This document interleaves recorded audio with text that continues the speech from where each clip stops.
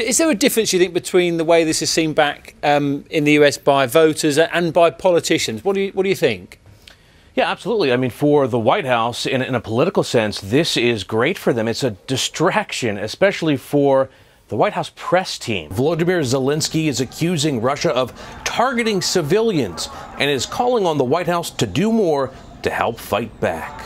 The White House called the anonymous author a coward in the book Nothing But Lies. Still, it's selling. But a good week generally for Donald Trump? I think so. I think he's being shown in a presidential light, and he's also being shown to his base as a tough negotiator, ready to engage in trade deals. So we've seen very little of Mohammed bin Salman here. We did see him arrive at the airport. In fact, landing in Buenos Aires, you can see his fleet of planes still parked on the tarmac. He wrote a pox on the Dorsey house. Yet he continued to respond. Very personal. Yeah, you know, I can blame that for a lot of things that's happened to me over the last few months. But, you know, he continued to respond to me. We're concerned about it. It's a serious medical incident. We want to Secretary of State Mike Pompeo said the U.S. is committed to getting to the bottom of what caused mild traumatic brain injury in an employee at the U.S. consulate in Guangzhou, China. We've notified China of what took place as best we know it, and they have responded in a way that is exactly the right response. Chinese Foreign Minister Wang Yi, who met with Pompeo Wednesday in Washington, appealed to the U.S. for restraint. We don't want to see that this individual case will be magnified, complicated, or even politicized, he said. The State Department stopped short of calling it a sonic attack, instead issuing a health alert that warns Americans in China if you experience any unusual acute auditory or sensory phenomena accompanied by unusual sounds or piercing noises, do not attempt to locate their source. Instead, move to a location where the sounds are not present. That's the bizarre noise heard by many of the 24 injured Americans based at the U.S. Embassy in Cuba, who suffered nausea, headaches, even permanent hearing loss and concussions. In response, the U.S. kicked out most Cuban embassy officials and nearly shuttered its embassy in Havana. This certainly remains a mystery. CBSN contributor Isaac Stonefish is a senior fellow at the Asia Society. Even if the U.S. government does not accuse Beijing of any wrongdoing, it still leaves a bad taste in people's mouths that an American diplomat fell ill in such a bizarre way while working in China. There's no reason to panic.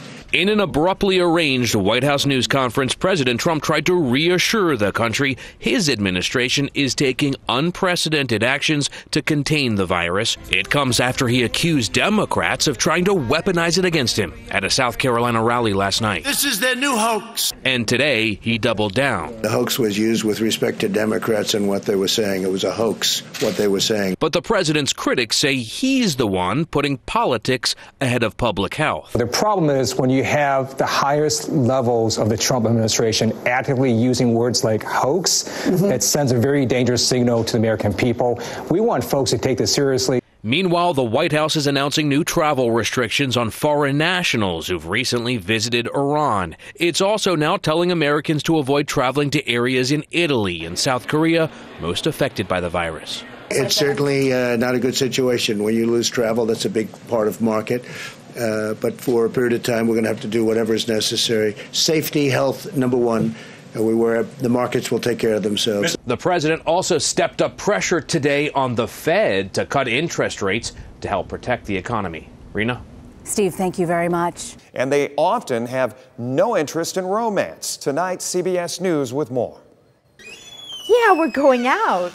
Nathan says they've always felt different. Well, they didn't really feel anything at all. When I was a kid, I used to make up having crushes, and I used to think that everyone else was also making up having crushes. Because you just weren't aware of the cues. Exactly. I wasn't aware that some people genuinely felt the way that you see in movies. Then 10 years ago, Nathan, who is non-binary, learned a new term and came out to their parents. I was 18 and I told them, hey, I think I might be asexual, and my parents said, okay. What does that mean for you? I don't have any desire to engage in a romantic or sexual relationship with people. Some asexual people completely avoid sex, while others have relationships with partners without the sexual pleasure most people enjoy. About 1% of the population calls themselves asexual, and researchers say they're more likely to be young, female, or someone like Nathan, who doesn't identify as either male or female. A newly released survey by the Trevor Project finds 14% of LGBTQ youth describe themselves as asexual or one of its many sub-identities. Young people today are feeling more comfortable and free to define themselves and describe themselves as they truly are. Sex therapist Sarah Rosen says being asexual does not require medical intervention of any kind. She points out that asexuality is an orientation that can be stigmatized. I find that what is most distressing for people who identify as asexual is the negative response from the people around them. Nathan hopes more asexual people find the identities that are more relatable to themselves. As education is spreading, as awareness is spreading